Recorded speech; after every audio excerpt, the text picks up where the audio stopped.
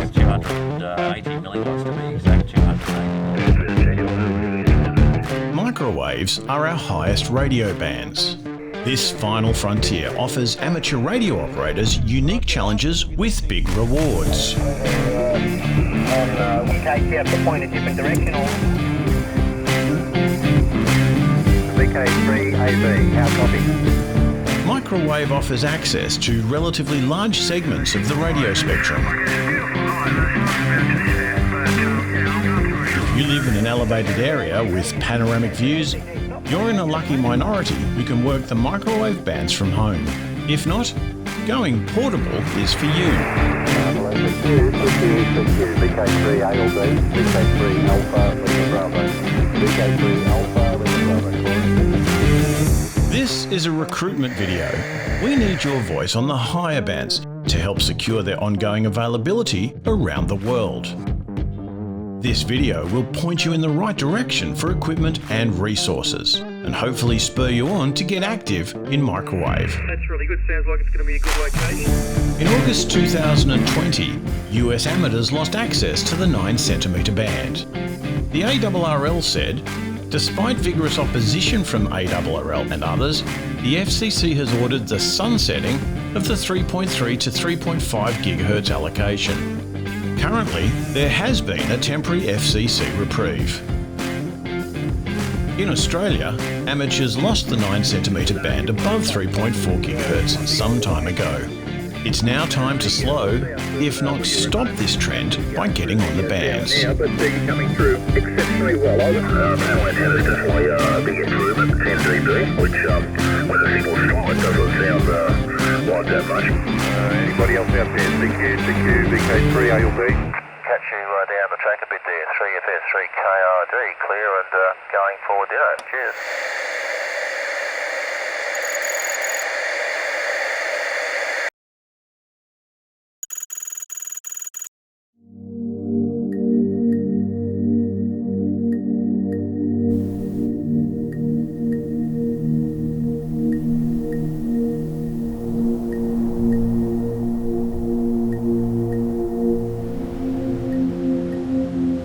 Electromagnetic energy travels in waves. It spans a broad spectrum from very long radio waves to very short gamma rays.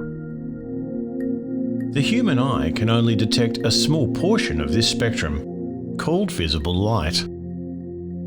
A radio detects a bigger and different portion of the spectrum. The microwave spectrum is usually defined as a range of frequencies, ranging from 1 GHz to over 100 GHz. In Australia, the microwave bands are available to 2 of the 3 license types. The Foundation license doesn't have access to the microwave bands. But that doesn't mean those who hold this entry-level license can't experience microwave communications. By getting involved with radio clubs and field days, even reaching out to local microwave operators, Foundation Ops can give these bands a try. The experience will hopefully encourage a license upgrade. Over to you, 3FS, 3KRD, portable, over. Standard licensees have limited access to the microwave bands, including 23 centimetres, which is available in a commercial radio such as the IC9700, along with the 13 and 6 centimetre bands. 13 and 6 centimetres are easily accessible due to the abundance of gear made for Wi-Fi.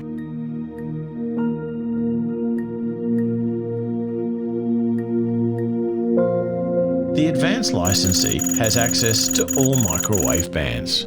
VK3 KRD, 3BCU and VK3IE on 3.4 gig. Basically just straight across the bay with my little printed circuit board antenna and a couple of watts. So big signals all around. 3 KRD in the group, 3FS. Yeah, VK3FS, portable on the beach front, VK3K.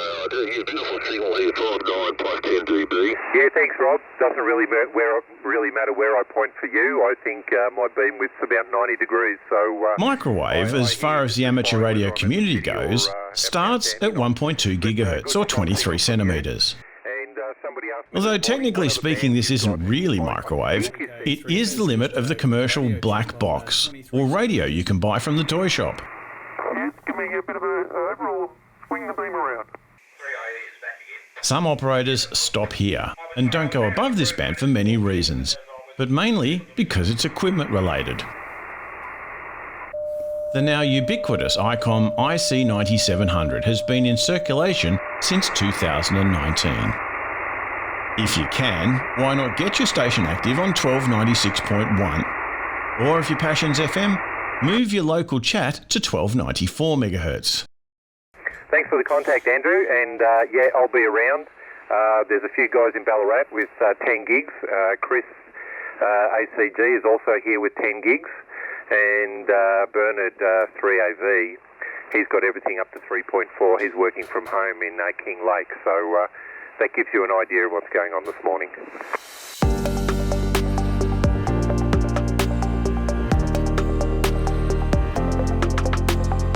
Let's take a look at the microwave spectrum in Australia. Microwave is usually defined as a range of frequencies ranging from 1 GHz to over 100 GHz. This range has been divided into a number of frequency bands, each represented by a letter. But in amateur radio, we normally refer to them by frequency. The popular four bands are 13, 9, 6 and 3 centimetres. If you're keen to dip your toe into this aspect of the hobby, there are some great resources at your disposal. On Facebook, the VHF-UHF microwave group for VK and ZL is a great place to see what others are doing and ask questions. Also, have a look at the Brisbane VHF group. There's some great reading on their website. Dubus is an international amateur radio magazine intended for the serious VHF and up operator. It's a German publication in both English and German. There are 4 issues each year, each of over 100 pages, which are devoted to a mix of state-of-the-art technical articles and DX operating news. Australian microwave activity features often in this magazine. In the first editions of 2021, Rex VK7MO shares his 10 GHz experience with rain scatter and the new Q65 mode with a contact between VK and ZL. It's a great inspirational read. If you're in Australia or New Zealand, you can subscribe to Dubus by contacting Alan, VK3XPD, whose details are on the Dubus website. It's an annual subscription of around $50. Don't underestimate YouTube. Many amateurs publish their microwave activity. The comment section is a great place to ask questions. Finally, contact your local radio club and see if they've got members active on the microwave bands. Many clubs such as the EMDRC in VK3 and the Brisbane VHF group take part in VHF-UHF contests. And here's an opportunity to tag along and experience microwave activity firsthand. Microwave Activity Days, also known as MADs, are ad hoc events organised on a local area basis. The purpose of these days is to get out of the shack and go portable. In VK3, this can result in as many as a dozen or so stations statewide enjoying the great outdoors. Yeah, good to see we're here about 5 and 9, I'd say. Yeah, 5 and 9. Before we take a look at the bands, let's talk about the equipment you'll need and where to get it in order to get on air.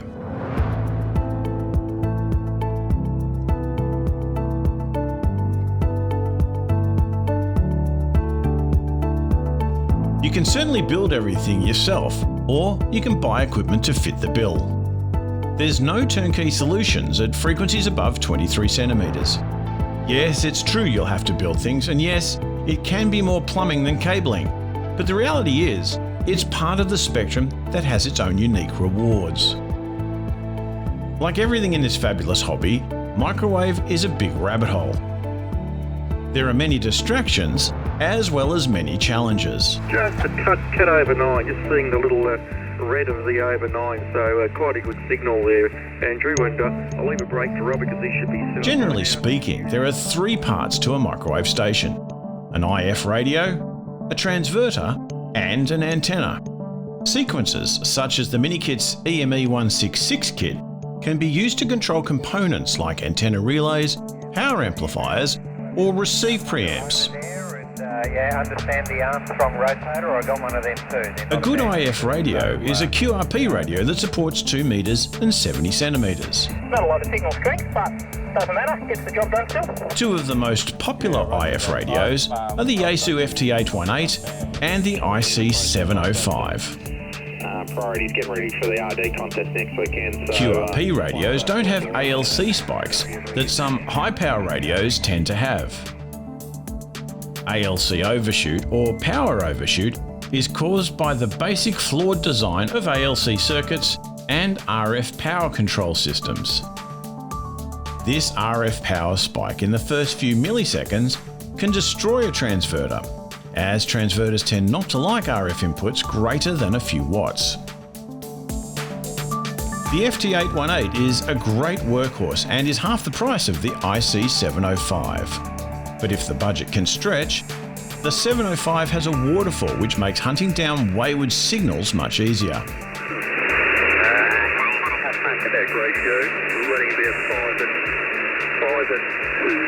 Both radios ground switch TX, which makes keying transverters easy.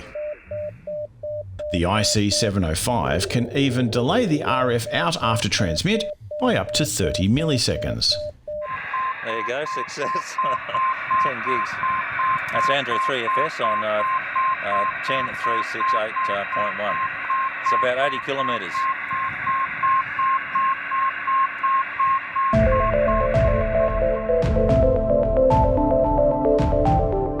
A transverter is a device that consists of an up converter and a down converter in the one unit. 2 good reliable sources of quality transverters is Kuhn and SG Laboratories. Kuhn is a German-based company and SG Laboratories is based in Bulgaria. Kuhn transverters are a work of art.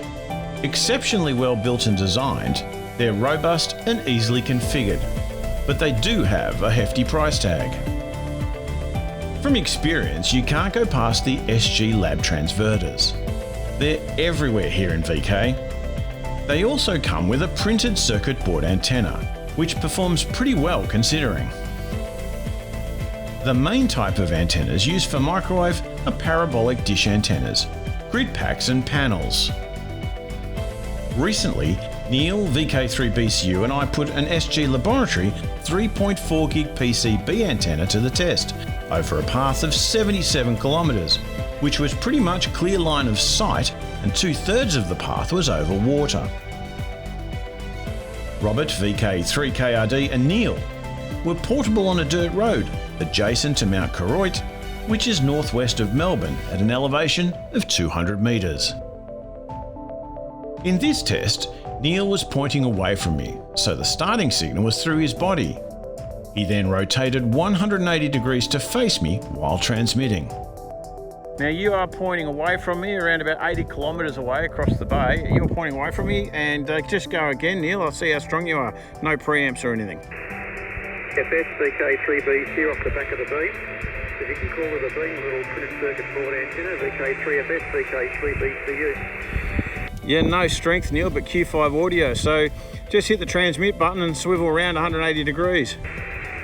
Okay, 180 degrees, coming around 90 degrees, pointing towards Robert, coming around, and I'm pointing roughly towards you right now. Yeah, and you're back up to S9, which is terrific. That's a really nice signal. Neil then swapped out the PCB antenna for a panel antenna, and I kept the PCB antenna attached. In conclusion, the panels will give you a few S points over the PCB antenna. But if you're after a lightweight kit to climb a hill with, the PCB antennas are worth the inclusion. It's 5 and 9 plus here, 5 and 9, just over 5 and 9, so that's a good spot. Let's take a look at some of the amateur bands.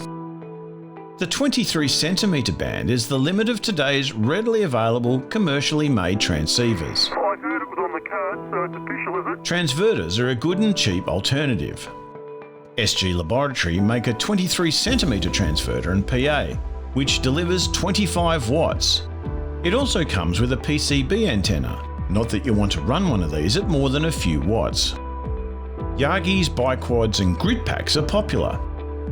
If you don't want to make an antenna, you can pick up a grid pack on VK Classifieds or eBay. Even companies like Antenna Amplifiers in Serbia make incredibly well-built 23cm antennas that just work. Accessible to standard and advanced licensees, the band to cut your teeth on would be the 13 or 2.4 GHz band. This band is near the 2.4 GHz Wi-Fi allocation, and as a result there's plenty of gear readily available. The SG Lab transverter will give you a good 2 watts. There is an abundance of Wi-Fi grid packs on eBay starting at around $100. If you have good takeoff, you'll find a couple of watts is more than adequate to work 100 kilometers or so. At this frequency, short runs of good quality coax is a must.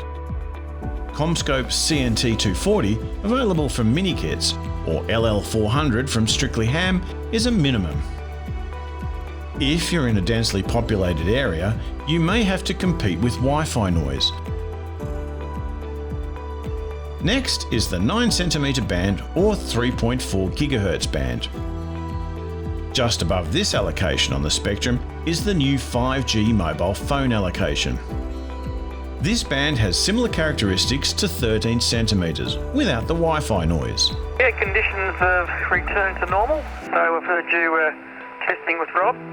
3 watts from an SG Laboratories transverter into a panel, grid pack or dish is quite capable of going the distance. I'm just having a conversation with myself on 5.7 gigs. You can hear the beeper there. Going portable with this band to a mountaintop or lookout is easy. Just put it over to Rob because he's around, so I probably won't hear him. In this example, an SG Laboratory transverter sits snugly into a die-cast aluminium box with a battery pack consisting of 3 3.7 volt 18650 lithium-ion batteries. These batteries are perfect for high current while maintaining good voltage. Something like this with a PCB antenna and a lightweight IF radio is just the ticket for easy portable outings. 3.4 gig gear is not as easy to find compared to other bands which are more commercially in demand.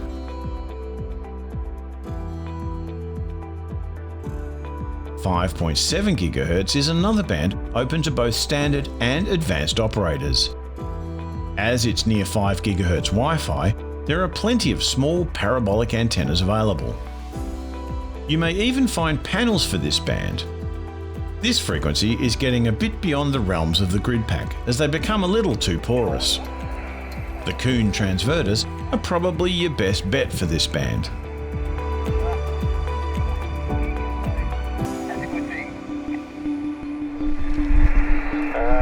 I'll give you 59098.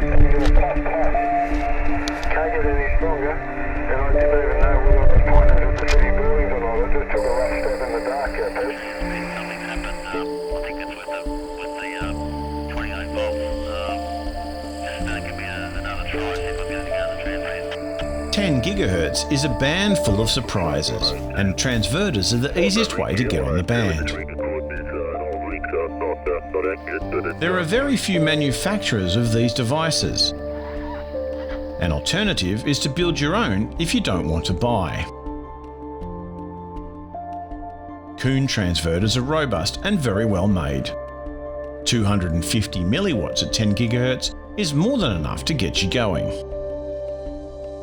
In this example, Rob's IF was a Yaesu FT780R. His antenna was a 600mm prime focus dish. His takeoff to the south, despite being rather high, was not totally unencumbered.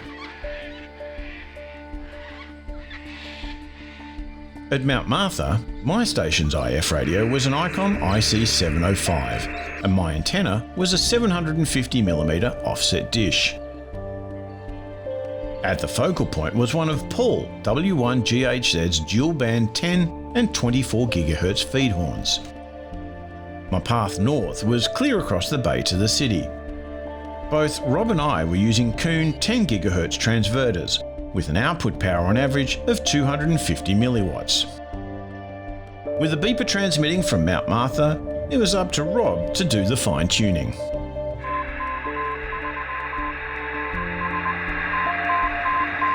There you go, success. 10 gigs.